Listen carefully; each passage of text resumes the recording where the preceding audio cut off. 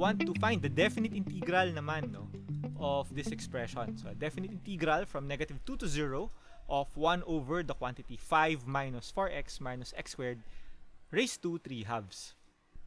Similar dun sa first problem natin, kailangan natin gumamit ng completing the square for the trinomial expression inside the parenthesis sa denominator. So, paano magiging perfect square trinomial yung negative x squared minus 4x? Kailangan natin ng negative 4. So, we'll rewrite this as the integral of dx all over. Okay. So, notice, no? Yung negative 4, pinasok na natin siya. So, yung 5, kailangan natin siyang isulat na 9. Para yung 9 minus 4, equivalent dun sa 5 natin kanina. I don't know what happened dun sa over 2 dito. Dapat may over 2 dun. Yun yung given natin talaga eh. I think nasobrahan lang ako sa undo bago ako nagsulat ulit. So we could now rewrite this new expression as the integral from negative 2 to 0 of 1 over 9 minus the quantity 4 plus 4x plus x squared. Then raised to 3 halves.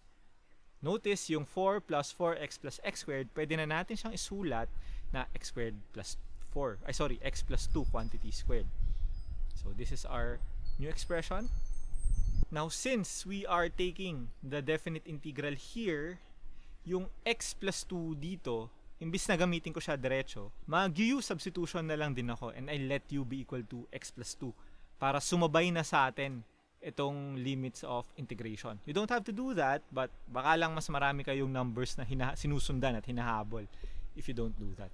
So I'll just use an initial substitution where u is equal to x plus 2 and of course du is still equal to dx. So important dito sasabay yung limits of integration sa pagbago ng value.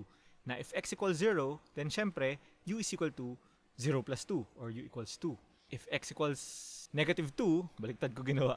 If x equals negative 2, then u is equal to negative 2 plus 2. So that will be equal to 0. So we could now rewrite our definite integral as the definite integral from 0 to 2 of the quantity 9 minus u squared raised to 3 halves. Tsaka tayo mag-apply ng ating trigonometric substitution. So we know that our a is equal to 3 again kasi 9 yung lumalabas. And since yung form natin ay a squared minus, well in this case u squared, ang u natin will be equal to a sine theta or 3 sine theta.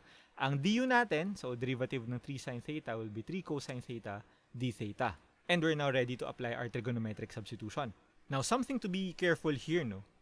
Since definite integral to at magsa-substitution na naman tayo, this time from u papuntang theta, yung limits of integration natin, kailangan magbago din sila from u to theta. At ang gagamitin natin theta ay kung ano man yung equivalent na value ng theta for that given value of u. So for u equals 0 at u equals 0, hinahanap nating theta ay yung 3 sine theta ay magiging equal sa 0. Which means that theta will be arc sine of 0, which is just 0. And for upper limit na u equals 2, hanapin natin yung equivalent na value ni theta. Ano yung alam natin? 3 sine theta is equal to 2. Kasi 3 sine theta will give us u equals 2. Means that sine theta is equal to 2/3 or theta is equal to arc sine of 2/3. So let's rewrite our integral using itong limits na to. So the integral from 0 to arc sine of 2/3 ng ano. So let's first replace du, that's 3 cosine theta d theta, and our denominator will be 9 minus 9 sine squared theta, quantity raised to 3 halves. So magka-factor out tayo ng 9, which is raised to 3 halves.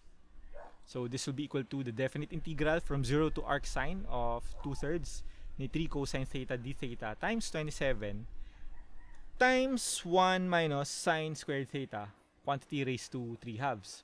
So, syempre, itong 1 minus sine squared theta, magiging cosine squared theta siya dun sa next step. Yung 3 over 27, magiging 1 over 9 na ilalabas na rin natin dun sa integral. So, our next step will be that this is equal to 1 over 9 times the integral of cosine theta na lang sa numerator all over cosine squared theta raised to 3 halves d theta. Yung square sa loob tapos yung over 2 sa labas na exponent will cancel each other out. So this will be equal to cosine theta over cosine cube or 1 over cosine squared theta. So this will be equal to 1 over 9 times the integral of 1 over cosine squared theta d theta. Well, of course, yung limits of integration natin, yung pa rin, 0 to arc sine of 2 over 3. But what is 1 over cosine squared theta? That is secant squared theta, di ba? So that will be equal to 1 over 9 times the definite integral from 0 to arc sine of 2/3 ni secant squared theta. Pero, alam natin kung anong klaseng function ang may derivative na secant squared. Diba? Tangent squared. So we'll get that this is equal to 1 over 9 times tangent theta evaluated from 0 papuntang arc sine of 2/3.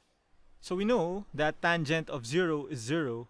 So if we want to find the value of tangent of arc sine of 2/3, we could always go back to our right triangle where we have the expression na theta is equal to arc sine of 2/3. So itong theta na to, alam na natin na arc sine of 2/3 siya, meaning sine theta is equal to 2/3.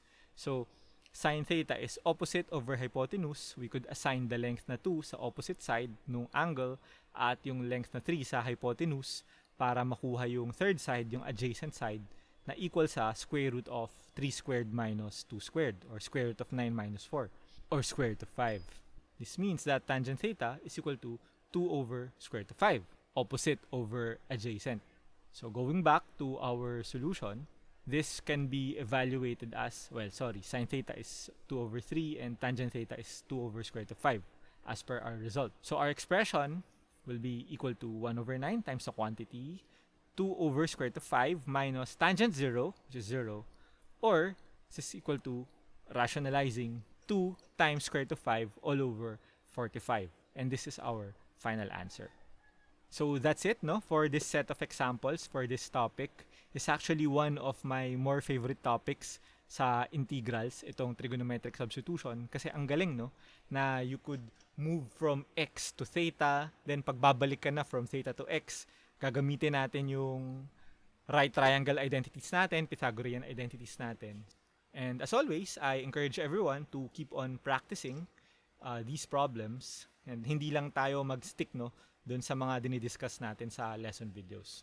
So good luck with that at salamat sa pakikinig.